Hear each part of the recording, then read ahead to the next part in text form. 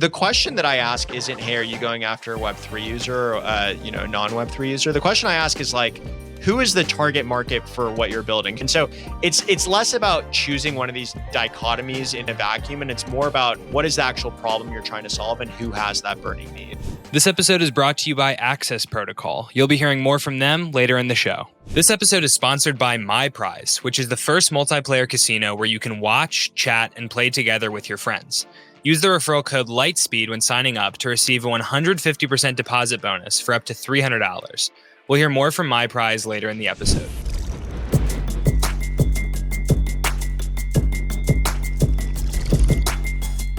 Hello and welcome back to another episode of Lightspeed. We're super hyped today to have Emon from Solana Labs leading the Solana Incubator over there on the podcast to chat about the second cohort of the Solana Incubator applications recently opened. That's going through October 4th, I believe.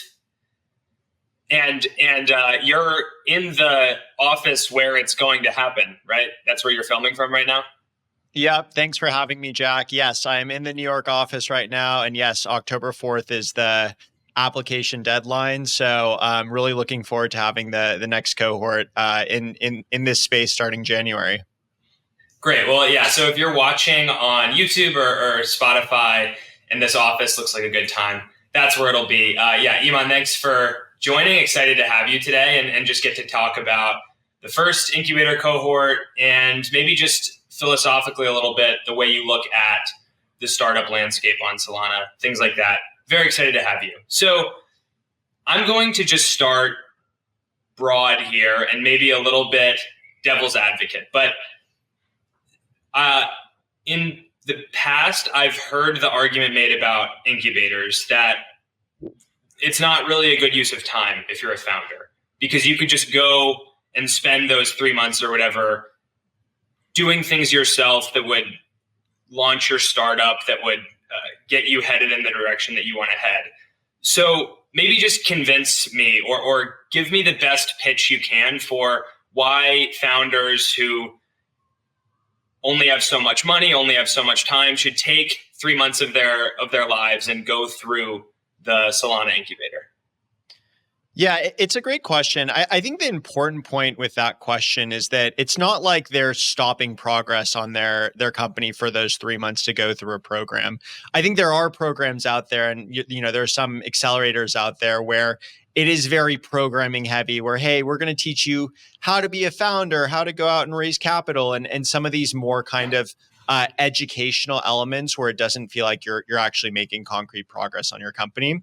Whereas we chose the name Incubator very intentionally, where we're working hands-on with 4 to 6 companies in the space. We're actually building and growing their companies alongside these teams to help them succeed. And so the way we think about it is, this is going to be the most intense 3 months of your company's existence, where we're really going to have sort of a boot camp style experience where we're pushing forward on all fronts. And so I think that's part one of it. The second part of it, and getting into being here in New York, is there are just some of the best minds in the Solana ecosystem here in this building. So not only do we have Solana Labs, Solana Foundation, Onza working out of this building, we also have folks from various ecosystem teams, whether it's Drift, Dialect, TipLink. We have amazing VCs who come in and out of this building as well.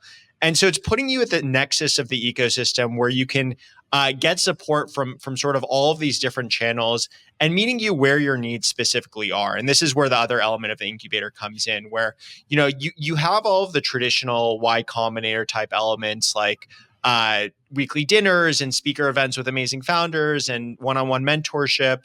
But then on top of that, the most important facet of the program is actually working with you ad hoc around whatever those needs your team is facing at that week. So maybe 1 week you're working through a go-to-market strategy, and we sit down with you heavily during that week and pan that out together.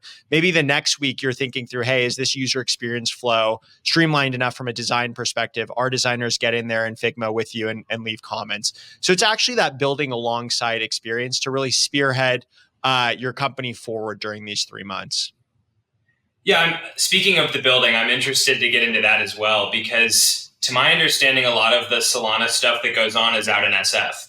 And when Solana Labs was initially raising and things like that, it was an SF company. So why did you decide to base it in New York rather than SF? So I think New York is just such a huge hub of Web3 today, even just in terms of count of people who are coming into this office versus San Francisco office. I mean, San Francisco office is amazing as well, but we just felt like the activity that was happening here, once again, the VCs that are in the ecosystem, the different teams building out of New York, it really creates sort of a flashpoint for all of these folks to come together and work to push these teams that are in the program forward. I have to say, so I came down and visited the building a few months ago, back when like Sanctum and Cohort 1 was in there. You had a very chill doorman. Do you have the same doorman these days? Jose is great. Unfortunately, last week was his last week here. He went on to broader pastures, but yeah, he's amazing. Well, best of luck to Jose, whatever his next thing is. He made my day. I was running late. I was all sweaty. It was a tough day, but super chill guy. Yeah, we gave him a great sending off. So he was wonderful. We're all going to miss him. Oh, I'm glad to hear he got his due. So we've talked a little bit like vaguely about why the incubator is important, why you need one. I'm curious about, actually, let me start here. So you came on Lightspeed back in November, I believe it was, before I was hosting, and you just talked a little bit in theory about what the Solana incubator was going to be. Now you have 10 months or so of experience. How has your understanding of what the purpose and kind of the benefits of the Solana incubator are, how is that different from what you came on and said back in November? Yeah, it's a great question. And to be honest, I don't know if this came across in the interview or not last November. We were still really figuring out what the program was at that time. You know, we didn't know whether it was going to be in person or virtual. We didn't know exactly how many teams, how we were going to have the teams coalesce together. So I think first off, in terms of the actual substance of the program, that has obviously materialized a lot more now that we've done one cohort. You know, it is in New York. It's 3 months, January to April, relocation stipend for teams who decide to come on board. I think the other big one, having gone through a cohort of it, a lot of the things we expected to happen happened, thankfully, where we saw the benefit of building alongside these teams and the success that they could have. We saw the benefit of bringing everyone together and getting them the mentorship and the VC support and whatnot. I think the piece that was most unexpected and the biggest pleasant surprise was how important the camaraderie within the actual cohort was. You know, when you bring in the top founders from across the ecosystem, have them work out of the same office space day in and day out, obviously relationships, friendships, bonds start to form between all of these different teams. And then there's a deep desire to actually help and support one another, where maybe someone has expertise in an area you're not familiar with. You grab a conference room and jam with them on that specific topic. Maybe, you know, a designer has a different viewpoint on how to approach a specific flow, and they give you some insight and tips there. So I think the cross cohort support camaraderie really created this family environment for the batch that has lasted to this day. You know, Breakpoint's right around the corner. We're all getting together there. We have a Slack channel, Telegram channel. Everyone's still pinging each other. So I think that's been the biggest pleasant surprise on my end. Yeah, that is cool. I feel like the in-person element of it is important. And it seems like the crypto world generally is getting more interested in that. You had Vitalik's retreat in Montenegro that I'm forgetting the name of it. You have like Edge City is this new kind of techno village people are coming up with. I think crypto is a very remote first, you know, largely anonymous kind of ecosystem. But I also think that the in-person stuff is, you know, at the end of the day, becomes really important. And it just makes it easier to get support around the things you need. Like, and this is where the build alongside piece comes into play more as well, is when you have a challenge, if you had to reach out to someone, set up a Zoom call 3 days from now, like it inevitably either you're going to find another path around that challenge or you're going to get that insight too late. Whereas when you literally can just tap someone on the shoulder or come to me and say, hey, Emon, this is what I need support around. I can go up to that person in the office. Hey, are you willing to jam with this team really quickly? It just, it allows you to iterate so much more quickly as a company and get past those roadblocks much more efficiently. And it feels like there's a little bit of this, there's a minimum amount of importance for like a Slack message. I felt this when I was starting out at Blockworks even, like there needs to be a question if you're going to reach out and ping someone on Slack. But if you're in the office, you can kind of just chat about nothing. And sometimes that's actually where really cool ideas or, breakthroughs, I'm sure, for these startups happen. So cohort 1, looking through it, some of the names you had, Sanctum, of course, Shaga, if that's how you pronounce it. Shaga. Okay. Espresso, Cash, Zbit, Juicer, Armada, I guess Meme Royale. I want to get into that as well because I think that was maybe like a mid cohort pivot type thing. But just looking at that list of names, it sounds like a lot of apps rather than infrastructure. Perhaps I'm curious if that was a conscious choice and if you're going to make sort of similar decisions as you're choosing cohort 2 or maybe just broadly what kinds of startups you're interested in having in the incubator? Yeah, it's a great question. I would say both for cohort 1 and for cohort 2, we didn't have a specific mandate around a vertical of choice that we're going after. Our goal with the program is really to create the next blue chip companies on Solana. How do we have the next Jupiter graduate out of this program? For cohort 1, I'd actually say it was a mix. I think Sanctum, it's powering liquid staking infrastructure. Armada is doing a bunch around DeFi infrastructure as well. And so it wasn't predominantly a focus of ours to have more apps as part of the cohort. Rather, I think the big thing we look for and who we support is, do we have really incredible technical founders who we think can be the core pillars of our ecosystem 12 months down the road? And if we see that technical success in the founding team, if we see a bit of traction, if we believe what they're working on will be for the benefit of the ecosystem as a whole, that's where we'll say, hey, we're really excited about these folks and we want to dive in deeper. Mm-hmm. And so I'm also curious, before we maybe just get into chatting about cohort 1 a little bit, does Solana Labs make venture investments? I know that's kind of what Y Combinator does. Is there a similar thing at play here? Or I guess what's the business case for Solana Labs to be running this incubator in general? Yeah, so we have, for teams that are interested in fundraising support, we have Solana Ventures that sits within Solana Labs. And so they'll also obviously take a look at each of these teams. But the reality also is that for a lot of these teams, they might not need fundraising. For I think maybe half of the cohort when they came in through the program last time, those weren't teams that were looking for fundraising at that moment. Instead, they were what we consider coming into the program for the right reasons, which is the kind of building alongside, accelerating the progress of the company. Obviously, if capital is a constraint for these teams, both through Solana Ventures or any of these other capital providers in the ecosystem, we can go out and help the team raise around. But predominantly, our focus isn't to fund these teams. It's to really accelerate the progress of these teams. And we look for teams that aren't doing the program just for the funding, but rather for all of these other resources and services we're providing. And the reason why Solana Labs is providing those resources is that because to my understanding, Solana Labs now sort of is a software company that develops things like GameShift, like Solana Mobile, to use the Solana blockchain to build other businesses, I suppose. So I'm just curious, like from a business perspective, why is it beneficial to Solana Labs to be doing an incubator? Yeah, so I think there's two hats to put on. One hat is sort of the ecosystem hat, where within Solana Labs, everything we're doing is still to try to push forward the Solana ecosystem. And so if we can actually help, get the next Jupiter onto Solana and help them get up to speed more quickly, that's a huge win for us across the board. The second hat, though, the way that I like to think about Solana Labs is kind of a portfolio of different assets. So yes, Solana Mobile, GameShift, they're a part of that portfolio, as is the full ventures portfolio, and now as is the incubator portfolio as well.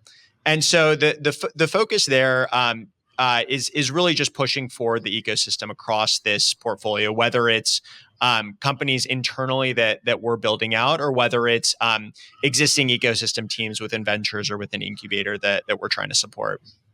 Mm-hmm. Yeah, that makes sense. So I want to get a little bit into cohort 1. Maybe I'll start generally. What is it that was the biggest challenge that you found that was keeping these founders from getting their startup wherever they want it to go? Yeah, I think coming into Web3, there's such a focus of let me get the Web3 mechanics right, which obviously is a really important focus. How do I write a smart contract effectively? How do I get the right Web3 implementation pieces in place? How do I create the right incentivization structure for the users that are coming to my platform? But in that process, I think some of the core Web 2 elements also almost of, finding the user base that has the most critical need for this, distilling the value proposition to what the needs of that target market are, creating the smallest possible MVP to go out and attract that user base. Those are the pieces that I think can sometimes be almost paradoxically trickier in a way. Obviously, there's so much glass we chew to get a product up within Web3, but that ends up taking up 95% of the focus. Whereas our belief is, to build a successful company, yes, product matters. It's a huge part of it, but distribution also matters. And marrying those two together to create the right distribution channels, to create the right funnels for the user base, and to create the product that user base actually needs is crucially important. So actually what we did when we first started with the program was we spent almost 2 hours per team per initial meeting, understanding their business, understanding why they made the decisions that they did, understanding why their value propositions are the ones that they are. And oftentimes what you saw was what was once maybe 3 different value propositions for 3 different target markets getting distilled into one specific one. Or, hey, we had this long roadmap that required 5 different products. Actually, this is the one we want to go after for these reasons after doing user interview or quantitative testing. And so really distilling in on the core message, the core product, the core market that they're going after, and the ways in which they hook into that market, I think was probably the biggest thing we did with each team early on. Do you, just from where you sit, do you think there's a way to successfully launch a project on Solana in 2024 and achieve distribution without having a token attached in some way? I definitely think so. Tokenomics are a great incentivization mechanism for folks to pay attention to the product, to get eyeballs on the product. But I don't think they're the sole element that you need to build a successful company. And in fact, I think Espresso Cash is a good example of this, where Espresso Cash was targeting hyperinflation within Nigeria and essentially using USDC-based cash accounts and remittances and P2P payments to help Nigerians hedge against the rapid inflation in the Naira via leveraging a more stable currency. And when you look at Espresso Cash, that's a business where off the bat, they got these financial rails, this financial infrastructure that would take years and years and years for them to build themselves. But by virtue of having Solana in place, they can build on top of that infrastructure, build still a really strong business from the standpoint of core Web 2 economics without actually needing to leverage a token. And so I don't think a token needs to be the be all end all for products operating within Web 3 by any means. Mm-hmm.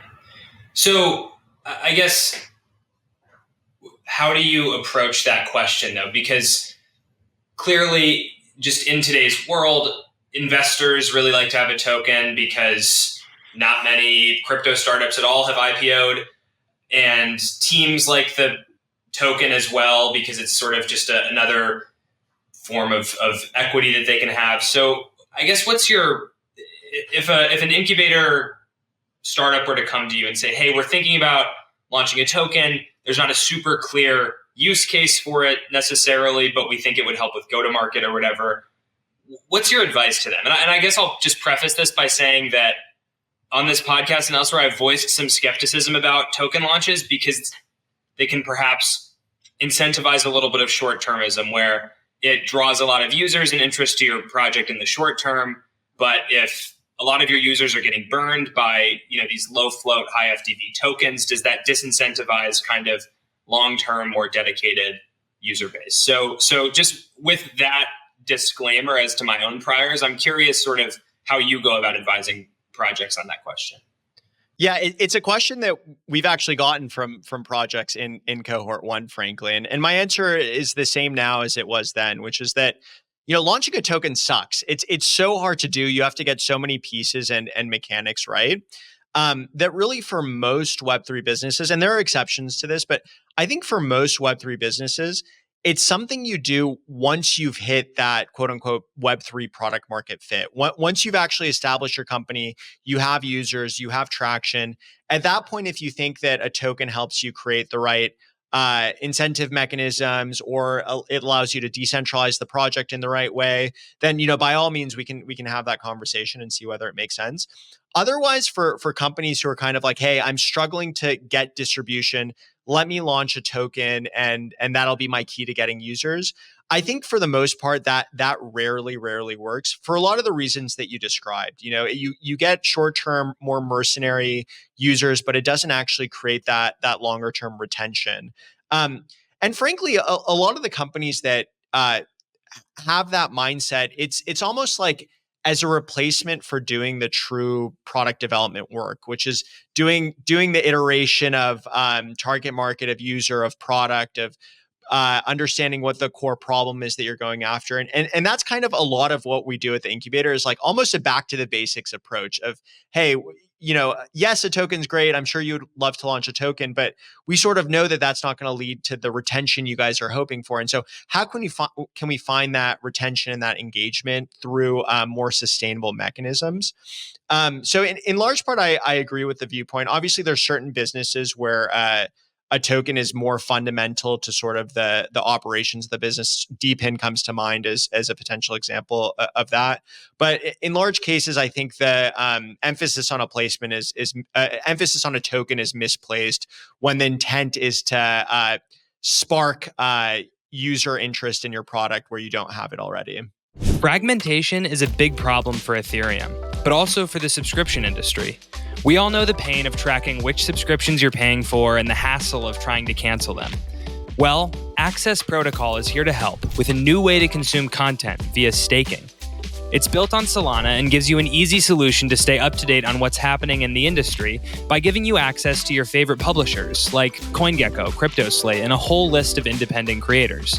The ACS token, that's the Access token, is staked to gain access to all of that creator's content without the hassle of managing a subscription. If you want to give it a try, check out the link in the show notes to claim a free NFT that gives you access to a creator's content. MyPrize is the first multiplayer casino where you can watch, chat, and play together with your friends. With over 500 games ranging from slots to live table games to the latest online casino favorites, there's something for everyone. Crypto is at the core of MyPrize, so you can play it anytime, anywhere. Get your friends, hop into your favorite creator's room, and see why winning is better together. Use the referral code Lightspeed when signing up to receive a 150% deposit bonus up to $300. Thanks again to MyPrize for sponsoring today's episode. Broadly, I would agree. I'm curious to, speaking of, projects that launch tokens, I'm curious to hear, just looking at cohort 1, the project that maybe has the most mind share in the current world, not sure how things will unfold in the months and years to come. But right now, perhaps the project from cohort 1 that most listeners would be familiar with if they're just casually into Solana would be Sanctum, which is this kind of liquid staking business. Just recently announced that they'll be helping Binance and Bybit and BitGet, as well as 2 others, I am told, that are not public yet. A lot of exchanges basically helping them launch their liquid staking tokens. They also have their own INF liquid staking token. Folks are likely familiar with them. So I'm just curious from your perspective to maybe just get a little bit of the inside scoop of what it was like having Sanctum in the cohort. Obviously, they experienced a lot of growth during those kind of months that they were in cohort 1. And so I'm just, what was the story there? What was that like? Yeah, so Sanctum is actually a team that we've been familiar with for a while. Probably a year before the incubator happened, we wanted to do more around liquid staking infrastructure on Solana. We were familiar with a team called Unstake.it. This was Sanctum pre-Sanctum. And so started, getting involved a little bit to understand them better, understand the space they were working in, the challenges they were trying to solve. Fast forward, almost a year, saw that they had applied for the incubator. And at that time, I would say Sanctum was definitely onto something. They'd done a lot around unifying liquidity for liquid staking tokens on Solana, but it was sort of pre this huge growth in these different projects having liquid staking tokens. And so we saw them as a company that was doing really good work, that was beneficial to the ecosystem, and that we could help really accelerate their progress. And so it sort of hit this like magical three of benefits that we were going after. And a lot of what we did, it's worth mentioning, a lot of what we did during the application process for Cohort 1 was actually turn away teams that might even have been bigger than Sanctum. We were very privileged to have some of the biggest companies in Solana apply, but we try to be very honest with teams who apply and say, hey, we really value you as a team. We think you're doing great work, but what you guys are looking for, we probably wouldn't be the best place to give you guys that support. Or you guys are just frankly too far along. And while it'd be great to have you as part of this program, we don't think it'd be in the best interest of your company. And so we try to be very honest with what companies are going to get out of the program. And with Sanctum, that was one where we actually thought we could provide a lot of value, and we shared the vision of the future, and we wanted to help bring it to life. And so at the time they came in, I think they were still acting as this liquidity unification layer, but they didn't have this massive rise in every project having their own liquid staking token. And so the two things we did initially, one was try to hook them in with the right projects that we thought could benefit from the narrative of having an LST. And part of that too, I think this is getting into some of the benefits, but it's also sharpening the sales pitch there. It's understanding, hey, from an enterprise sales perspective almost, or an enterprise BD perspective, what are some of the value propositions and core pieces we need to hit on with these projects? How does it differ depending on the project that you're selling into, to try to attract them to this concept? But then the second big one for them was Wonderland. So they were launching their loyalty program. And so we really tried to get in the weeds with them, both from program design, economics, referral flows, and even actual, not just program design, but the actual visuals they're using. Does the gamification mechanism make sense? And so probably halfway through the program, did you really see all the hard work Sanctum had been putting in pay off, where they kind of went through this massive hockey stick growth and very quickly went into like bunker mode where, up till 3-4 in the morning, struggling into the office afterwards. But it was such a fulfilling experience to get to get to be there alongside of them. I'm so proud of FP and the team. And yeah, like you said, they're a team that we're extremely proud of. We're humbled by the fact that they chose the incubator, and we're happy to see all of their success. I know a lot of times when like a software product starts to scale a bunch, things just start breaking. Was that the case for Sanctum? And did you have to help them put out any fires while they were in the program? Yeah, there were a bunch of fires. Not only though did products break and things need to be fixed. I think bodies broke as well. There was a 2-week period of time where the team themselves just like got so sick from being up all night. Their immune systems weren't keeping up with them. Their bodies needed some rest. And I think that's where sort of another facet of the incubator comes in, which is almost like therapist is the wrong word for it. Life coach is the wrong word for it. But basically being a sounding board for these teams when they're going through these tough times. Sometimes teams just need a shoulder, just need someone they can vent to, someone they could just express their problems to. And I think having that, whether it's myself, whether it's one of these other amazing founders from the cohort or from some of these companies that help us on the mentorship side, it's just being able to express that to folks who have been through that experience previously, who know what you're going through, I think just makes a world of difference. Yeah, I remember when I visited the incubator office, I was like walking out to leave, and I saw FP just eating a cup of noodles, instant noodles out of the microwave. And I was like, this man's locked in. Like, he doesn't have time for go get food. We're in New York City. There's so much good food around, but he's just microwave noodles. Got to keep doing whatever I'm doing. And that was right in the middle of the kind of Wonderland craze and everything. So yeah, the hope with this, and to that point, it's like it kind of reminds you of in some ways like what we all imagine early YC to be. You know, early YC, just a few companies, Paul Graham cooking for the cohort, them coming in, jamming together, some of the companies folding, and then people going and becoming founding engineers for some of these other projects. I think honing in on the magic of in-person, small batch, the importance of relationships, everyone knowing each other and getting along, that's really, I think, where a lot of the magic of the program comes out. It looked like you all watched the eclipse from the roof as well. I've seen that picture floating around. Yeah, that was a funny day where we all knew it was the eclipse. I think we all sort of assumed that someone would have eclipse glasses, and then we're sitting there. There's probably like 30 of us in the office between us and ecosystem teams, and we realize we still don't have any glasses, and it's like 10 minutes away. And so I'm frantically texting everyone I know, does anyone have any extras? I went to a bunch of stores, and then finally a friend like Uber delivered me an extra pair of his, and so we all 30 of us shared this one pair of glasses and got to see the eclipse. That's a real friend right there. Yeah, I know. I did Venmo him for it, but still a real friend nonetheless. Good. Yes. I too was kind of forgot the eclipse was happening, and fortunately my roommate had an extra set because we were like 98%, I think, here in New York. It was a pretty good eclipse. I know. I that experience made me realize I think Tim Ferriss had a good post. It made me realize I want to see the 100%. Like I should have, gone upstate to see the 100%. I think I've put the Greenland one in 2026 or whenever the next one is on my calendar to try to go see it. I had friends that drove to Vermont or New Hampshire or something, and it was cloudy. So oh man, you're making a massive bet by doing that. But if you're going to Greenland, like, how bad can it be? Yeah, exactly. Still seeing things. Okay, so as far as cohort one, I'm also curious. We said Sanctum, kind of one that is pretty well known currently. I'm curious if you had to pick one out of cohort one that you think is the most underrated or just doesn't really get its due in maybe the public perception side of things. Which one would that be?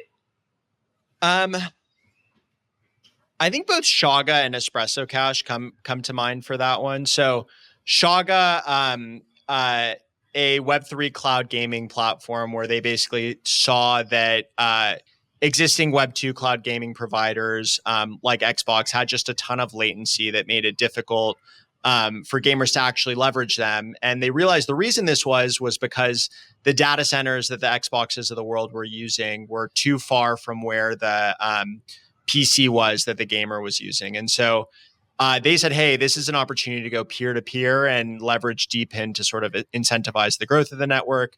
And they also just launched their Gamer Pad, which is really exciting. This is a hardware Web3 device. It's a Web3 controller that has a built-in wallet. So basically you can hook your phone into, it's basically, I wish I had it, but you have the two things of the controller. You put your phone in between.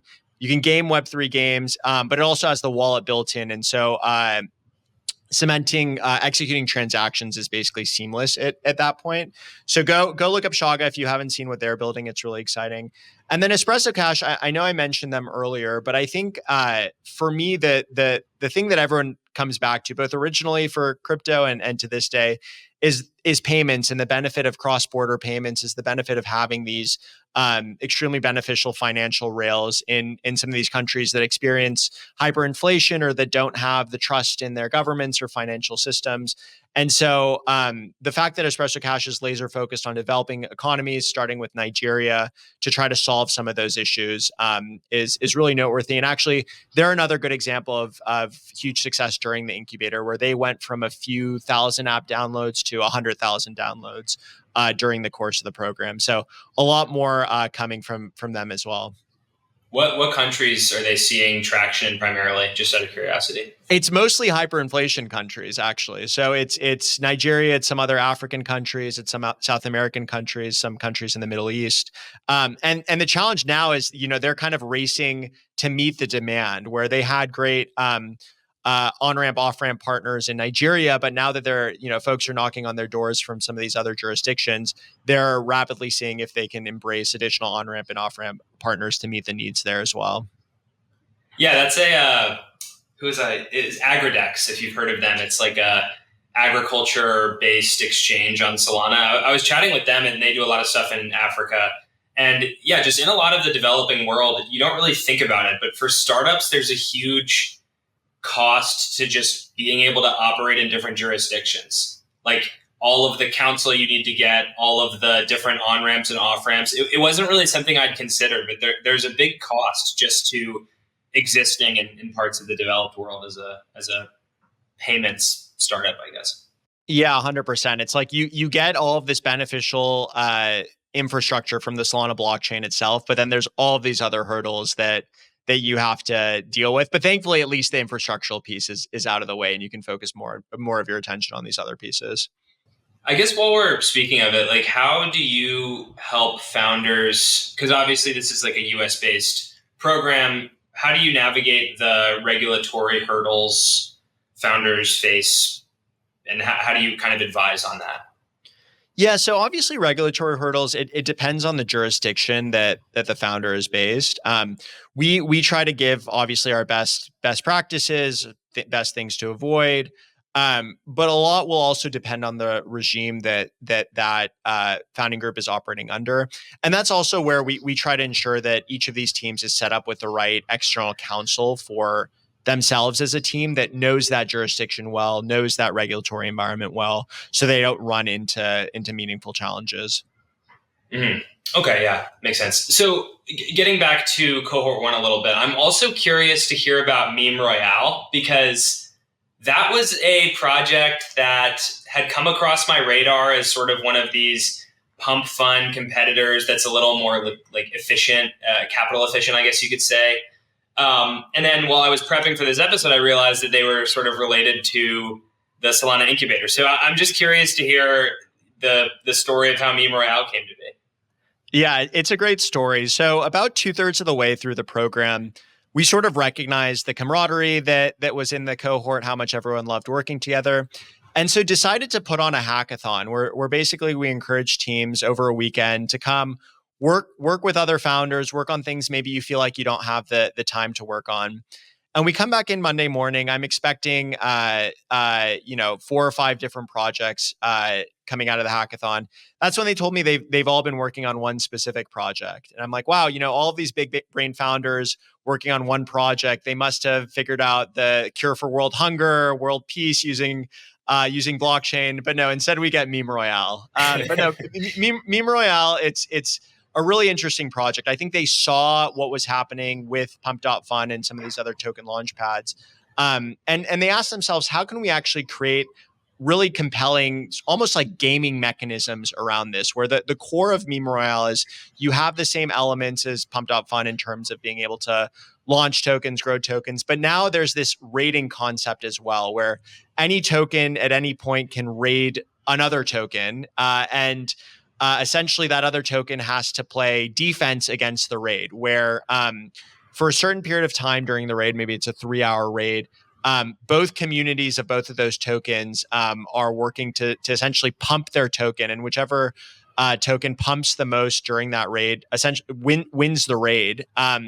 And the other token goes to 0 and gets looped into the token of the winning community. And so it's kind of creating this this fun, more gamified experience with eventual goal once again of graduating onto Radium and being a fully flushed token. And from a hackathon project perspective, it was something the teams were all excited about, wanted to work together on. It created this environment where, as I mentioned, the different skill sets of the different founders in the program came together. And honestly, sometimes it's nice to have sort of a side project to work on as a distraction when you're really in the thick of your startup. So that was the story of Meme Royale, still going. I think they recently had their full launch, but still iterating on the platform. So we'll see where they go from here.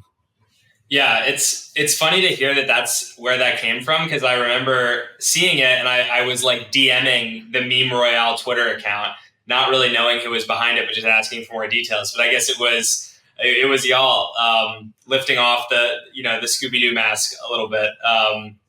Yeah, it's a cool concept, just because like whatever you make of Pump Fun or whatever, there's a lot of tokens that end up with like 2.5 Solana in them, and that those funds may never leave. They may just stay stuck in these meme coins that don't exist. So the idea of like raiding and then moving the liquidity to another token that's actually going to make use of it, it's kind of cool. I don't know.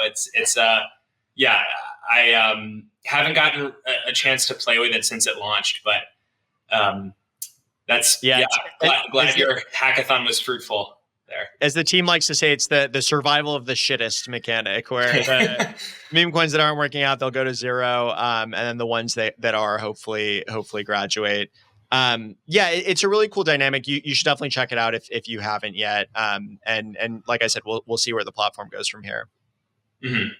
Yes. So transitioning a little bit, we mentioned before, Solana Labs is behind the Solana Incubator, and Solana Labs initially developed like the Solana Validator client, and then kind of spun off and gave, to my understanding, kind of control over day-to-day management stuff for Solana to the Solana Foundation.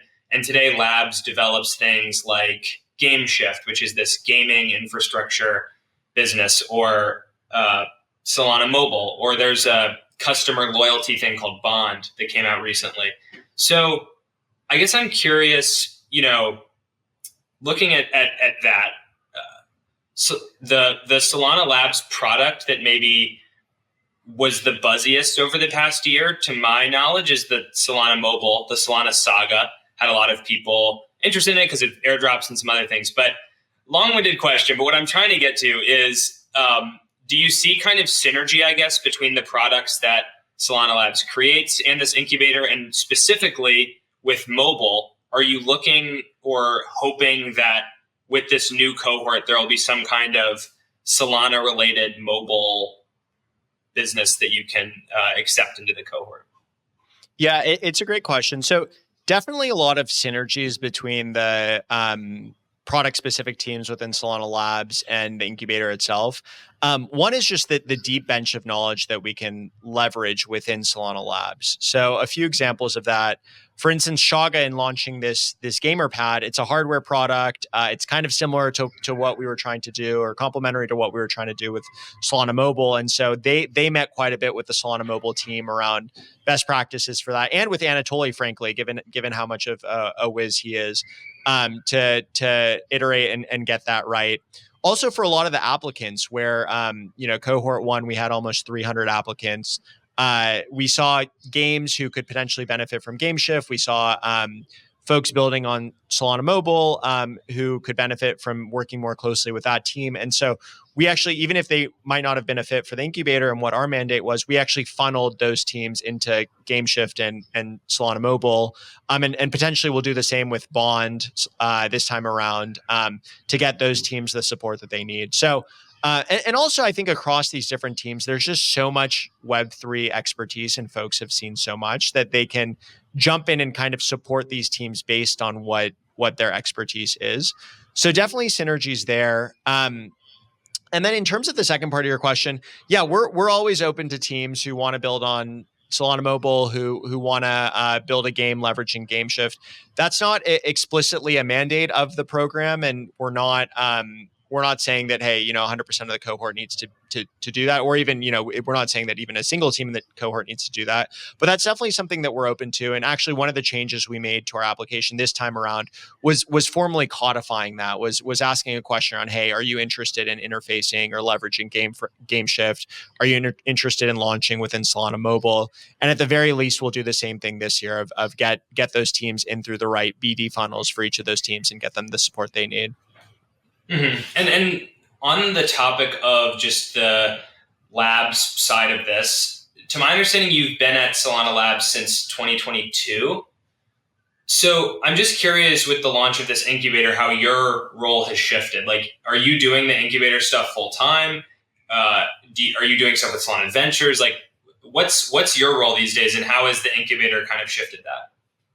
Yeah, so I've kind of worn so many different hats during my time within Solana Labs. I came in first and foremost to lead our DAO vertical, and that meant getting Realms up and running, SPL governance, and figuring out the right future for that product once we got it to a good place. Then came in and helped run a number of partnerships, namely our Discord partnership was probably the biggest one that we launched. Discord integration, I should say, is the biggest one that we launched on that side. Came in to lead our DeFi vertical, and a lot of that. Can I kind of what's the Discord integration? That's a new one to me. Yeah, so the Discord integration, I think it came out late 2022. It basically is a way to link your wallet on Discord and then ascribe roles based on that wallet itself. So at the time, a lot of communities were struggling to token gate their community or NFT gate their community. And we gave a way to actually hook into the Solana blockchain to verify what assets that user owned. And then on top of that, you can create other interesting roles based off of that, where you say, hey, a user both owns the NFT and has taken a certain amount of actions on Twitter and has done something else, and therefore they get a certain role within our community. And that hopefully the hope is that opens the door for other more Web3 native things on Discord, whether it's commerce, whether it's peer-to-peer payments, whether it's something else using Web3. Okay, yeah, I'm vaguely remembering this. There were other things happening in late 2022 that took a lot of my attention at the time, but that's ringing a bell. But sorry, I'm terribly rude. I interrupted you. No. It's a good question. Yeah, so then I came in to lead our DeFi vertical, and as part of that, we were putting out a lot of reference implementations at the time, and experimented with this notion of an incubator where we're working with these teams who are building on top of the reference implementation to see if we can help them become more successful. And saw that there was kind of a growing need around this space where Solana Labs, by virtue of the 5 years we've been in existence, probably longer at this point, we just have a lot of battle scars, a lot of learnings. We've seen so much in this space, and we said, hey, what is the best way to actually scale those learnings and that expertise across the ecosystem? Incubator was one of the answers to that question. So yeah, now I am full-time on the incubator, still get pulled into a number of things across the organization, but both supporting the existing teams that we have and now getting ready for the next cohort of teams. Okay, that's interesting. I guess for the next couple of minutes and maybe to conclude, I want to get a little bit more existential, perhaps, as far as the incubator and just your views on Solana. So thinking about startups in the Solana ecosystem, I would say revenue-wise, by far the most successful one this year has been Pump.Fun, which just crossed 100 million in revenue since launching in January, which is just an insane amount to be making in the first year that you launch your platform. So clearly there is product market fit of some kind for meme coins buying and selling assets. At the same time, you mentioned things like Espresso Cash, which are doing things like helping people in the developing world escape hyperinflation or things like that. So I guess I'm just curious how you think about the trade-off between things that work and make money, a la Pump Fun, although they might not be the most exciting or long-term feeling or revolutionary, you could say, versus products that maybe have more impact on the real world, but right now they don't draw a lot of users or excitement. How do you think about the trade-off of those two things as you're sort of evaluating startups? Yeah, it's a great question. I don't necessarily think of those two as mutually exclusive. I mean, obviously, we would all love for Web3 to have a massive impact on the real world, and there's amazing companies working to do that today. And I don't think that having an impact on the real world means negating revenue either. I think there are successful businesses that you see out there who are addressing real world topics who can find sustainable revenue sources. What I will say is that, Pump.Fun, the NFT craze, a number of these other mechanisms have tapped into at least some zeitgeisty piece of a certain Web3 audience that has brought users into the ecosystem. And if that's what it takes for a user to, get their first crypto wallet, become a Pump.Fun user, but then onboard into Jupiter or Drift or whatever other product within the ecosystem, that's serving a role for everyone. So my mentality here is kind of like a rising tide lifts all boats. And if the entryway, the gateway is something like Pump.Fun, then that's fantastic. And they've built an incredible business doing that. And so my mentality isn't, we just need teams addressing the real world. We just need teams focusing on kind of these more zeitgeisty users. I think we're all working together to push this ecosystem forward. Yeah, that makes sense. I guess relatedly then, something I've been thinking about in that same realm lately, I did a Lightspeed newsletter piece recently about there's all of these new addresses on the Solana blockchain since the bull run began, like, I don't know, hundreds of thousands. That's off the top of my head, don't quote me, of new addresses. And so are these new addresses new to crypto, or are they new to Solana? Are they rotating in from other crypto ecosystems? And from the reporting I was able to do, it seemed like a lot of the new Solana users were not new to crypto. They were just, had messed around with Ripple in the past cycle or whatever, and now they're transferring over to Solana because it's the hot blockchain of the moment. So I kind of want to get your perspective on this, because I was looking through some of the application materials for the incubator, and you said we're interested in projects building on Solana. We're also interested in projects building on other blockchains or in Web 2, and you want to start adding sort of Web 3 rails to your project. So as far as the third category there, these Web 2 projects that are kind of appealing to Web 2 users and could bring new users in but add crypto rails, how do you actually make that happen where new users on Solana or new users coming to these startups aren't already in crypto? They're people who are on the sidelines completely and are entering crypto through encountering these projects on Solana, if that makes sense. Yeah, it's a great question. If we make sort of a dichotomy between users or companies that are building for existing crypto users versus companies that are building for a net new user base, it's actually, I find it to be a very interesting dichotomy to make, because in my ideal world of crypto adoption for the masses, everyone today who's building Web3 infrastructure is even building like products catered toward existing Web3 users. Like, they're essentially creating that foundation for the user base and adoption of tomorrow. And when I think about that user base and adoption of tomorrow, what that looks like to me is a large number of users engaging in apps, having no idea that beneath the surface, those apps are powered by Web3 rails. And to go back to two examples we talked to today, Shaga and Espresso Cash, users of both of those products theoretically could use them and not realize that the infrastructure that they're built on is Web3, in the same way that I might use a product and not realize it's using AWS under the hood.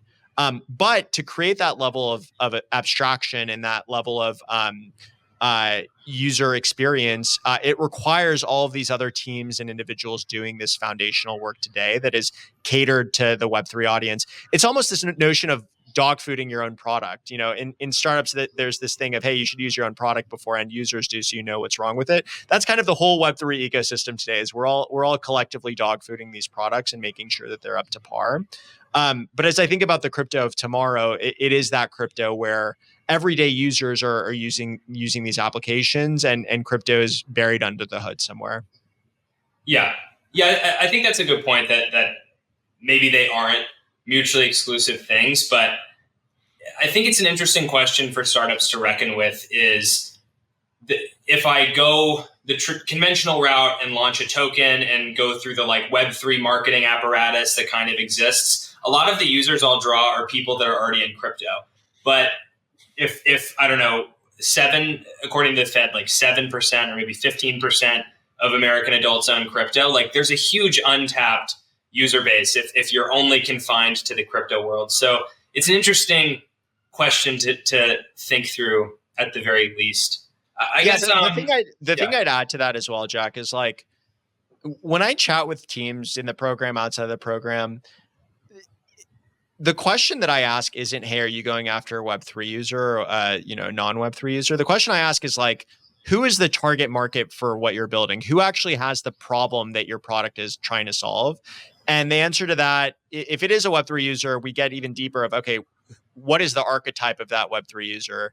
If it's a non-Web3 user, we get into the archetype of the non-Web3 user. And so it's less about choosing one of these dichotomies in a vacuum, and it's more about what is the actual problem you're trying to solve and who has that burning need. Mm-hmm. Yeah. So if there's any prospective or current founders who've listened with us this far who think they have a problem that they can address for users, what's the best way to be in touch or learn more about the incubator, Emon?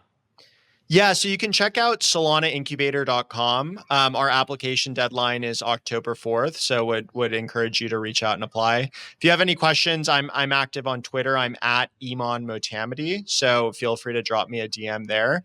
And I should also, I never formally introduced the program, I'm realizing, but the incubator itself, it's 3 months in New York City, January to April 2025. The biggest thing is building alongside and growing with the Solana Labs team, where we're working with you ad hoc each week around the specific problems you're facing. But then on top of that, we have a ton of programming depending on your needs. So we have business review meetings each week. We have a speaker series and a dinner each week. Office hours where we bring in amazing VCs like A16Z, like Multicoin, Paradigm, et cetera, to work with these teams. We have workshops where we bring in subject matter experts around things like go-to-market, brand, smart contract development, et cetera. We have one-on-one mentors with some of the companies I mentioned earlier, Drift, Tiplink, Dialect, et cetera. Cohort huddles where we actually work with founder to founder across the different teams in the cohort, and then finally some social events where we can actually relax in the thick of all of this building. So just wanted to quickly give the description because I realized I never covered that. So thank you for giving me the time to do that, Jack. Yes, absolutely. A good little plug there, and yeah, applications are open right now, so go check it out. And otherwise, Emon, thank you for coming on, and I'm excited to have you on another 10 months from now to chat about how Cohort 2 was. Can't wait. Thank you for all the great questions, Jack, and really appreciate the time again. Absolutely, man. Take care.